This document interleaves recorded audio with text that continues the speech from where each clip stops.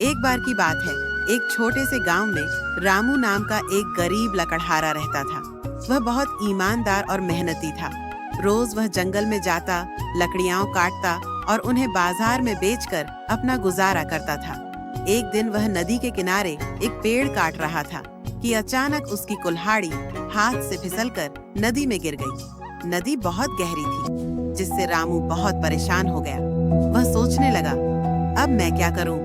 बिना कुल्हाड़ी के तो मैं अपना काम भी नहीं कर पाऊंगा। रामू दुखी होकर नदी किनारे बैठकर रोने लगा। तभी वहां पानी की देवी प्रकट हुई और उन्होंने पूछा, बेटा, तुम क्यों रो रहे हो? रामू ने पूरी ईमानदारी से उन्हें अपनी कुल्हाड़ी के बारे में बताया। देवी मुस्कुराईं और नदी में डुबकी लगाकर एक सुनहरी कुल्हाड़ी निकाल लाईं। उन्होंने रामू से पूछा, क्या यह तुम्हारी कुल्हाड़ी है? रामू ने कुल्हाड़ी को ध्यान से देखा और कहा, नहीं माता, ये मेरी कुल्हाड़ी नहीं है। देवी ने फिर से नदी में डुबकी लगाई और इस बार चांदी की कुल्हाड़ी निकाल लाईं। उन्होंने फिर से पूछा, क्या यह तुम्हारी कुल्हाड़ी है?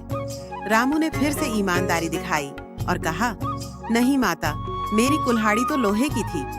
तीसरी बार देवी ने नदी में जाकर लोहे की कुल्हाड़ी निकाली। रामू खुशी से बोला, हाँ माता, यही मेरी कुल्हाड़ी है। रामू की ईमानदारी देखकर देवी बहुत प्रसन्न हुई। उन्होंने इनाम में रामू को सोने और चांदी की दोनों कुल्हाड़ियां भी दे दी। रामू बहुत खुश हुआ और धन्यवाद कहकर घर चला गया।